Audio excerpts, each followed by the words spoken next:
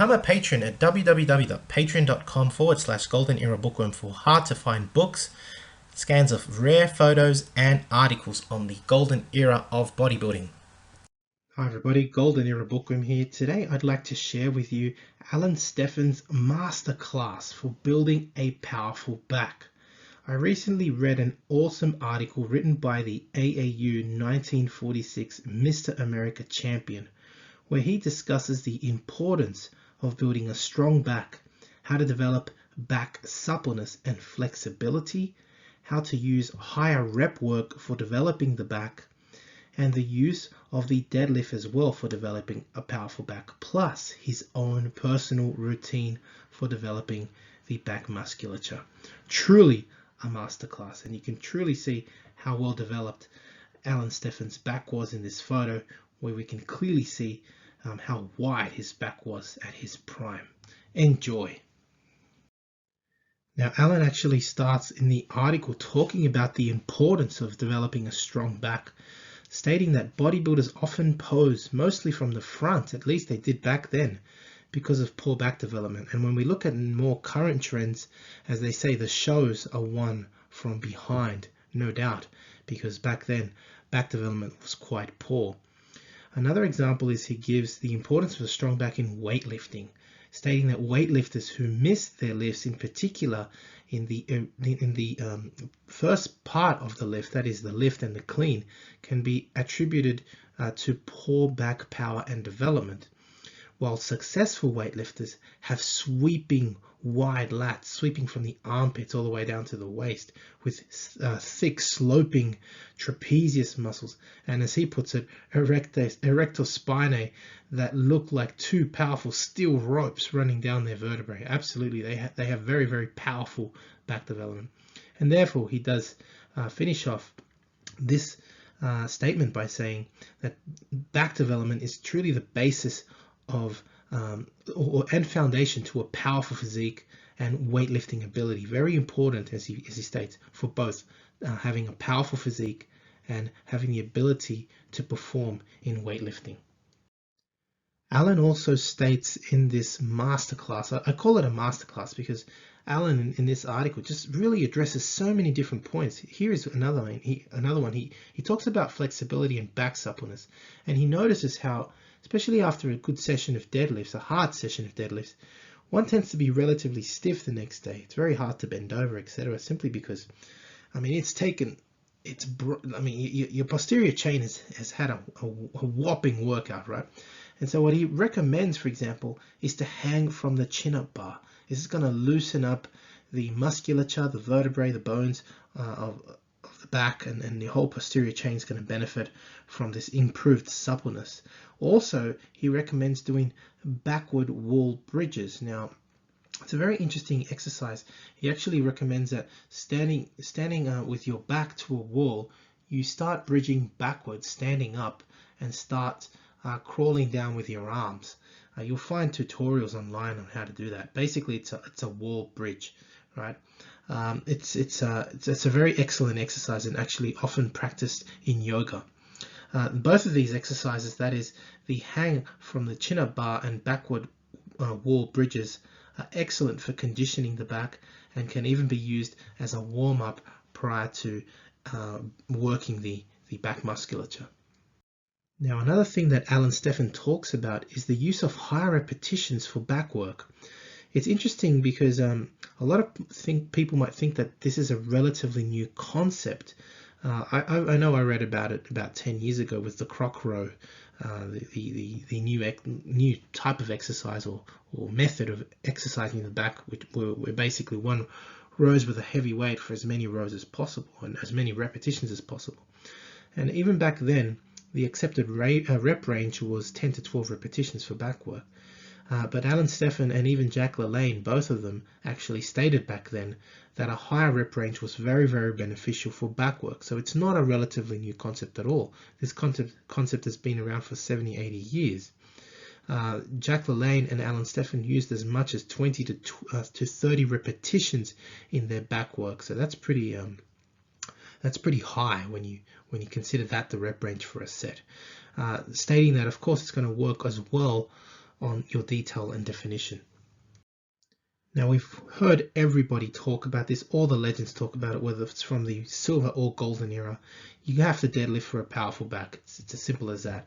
It's very evident here in this awesome back shot, awesome back double bicep shot here of Alan Stephan. You can really see the detail, the thickness, the width in his upper back, in his lower back, all of it, right? Again, he attributes a lot of his power from his back, his development of his back, to deadlifting. As he says, deadlifts are unexcelled for developing power in the back. He recommends both using the power box deadlift or the power box stiff-legged deadlift, where you basically have the barbell sitting on two boxes, and therefore the boxes being a few inches off the floor elevate the barbell off the floor, and therefore allowing you to use heavier poundage without having to tire out the lower back too much. It allows you to also bounce or basically touch and go with the deadlift motion, and allows you to do therefore more reps. He recommends using a poundage that you can perform 3 sets of 5 repetitions in either of these exercises. Now, besides discussing all things back development and back power, that is deadlifting, higher rep work, and suppleness of the back, of course, Alan Stephan also gives his back specialization routine. Again, you can see how well developed his back was in this awesome shot of Alan Stephan from behind. Here is his back specialization routine.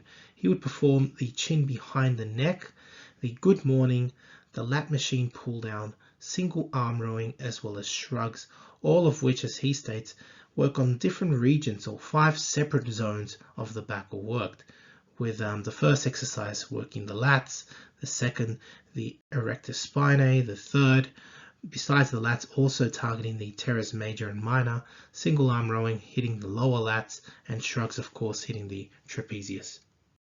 Now, the first exercise given in Alan Stephan's back specialization program is the wide grip chin behind the neck, a real classic used by many silver and golden era bodybuilders. You want to grab the chin up bar wide, as you can see. It's got a wider than his shoulder grip, or shoulder width, I should say. Hang completely, and then you want to pull up.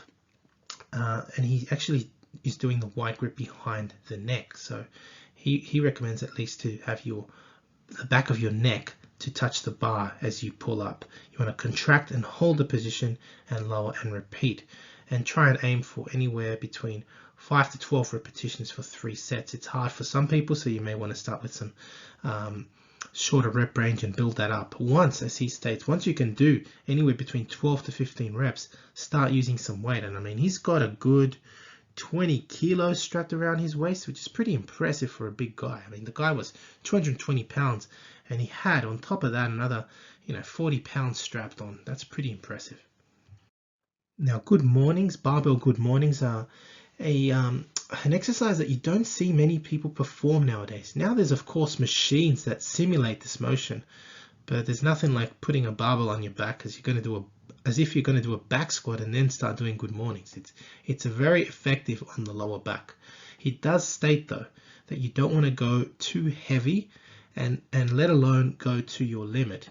He's actually warning against that. He states that it's very dangerous to go to limit poundages on the good morning, and rightly so. I mean, it can be a very dangerous exercise if you're not smart in doing it.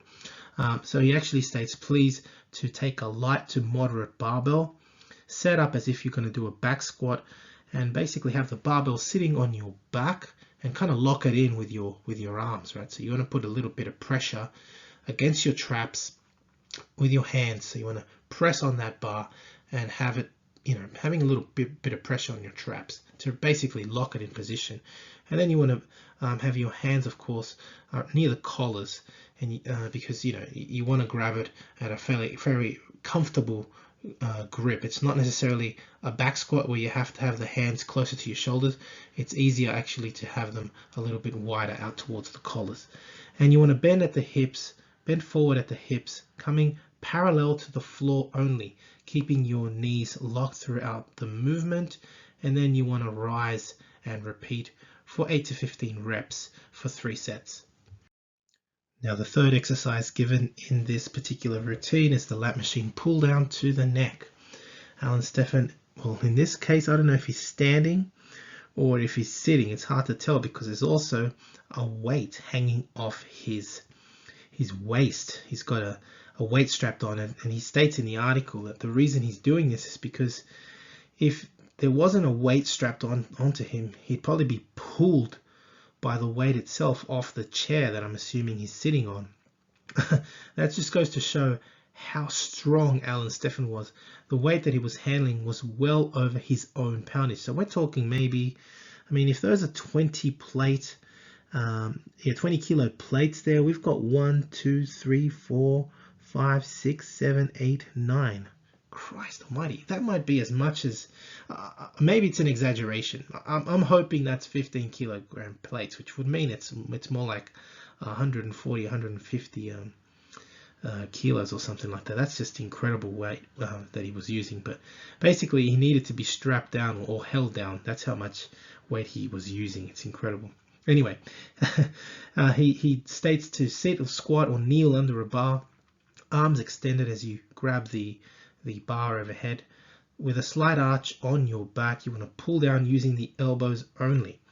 Having the bar touch your chest, contract and hold that position ideally, and then you allow the bar to rise again, repeating the movement for 3 sets of 12 to 20 repetitions. Note, very important, that he's using now high repetitions as he stated at the beginning of the article.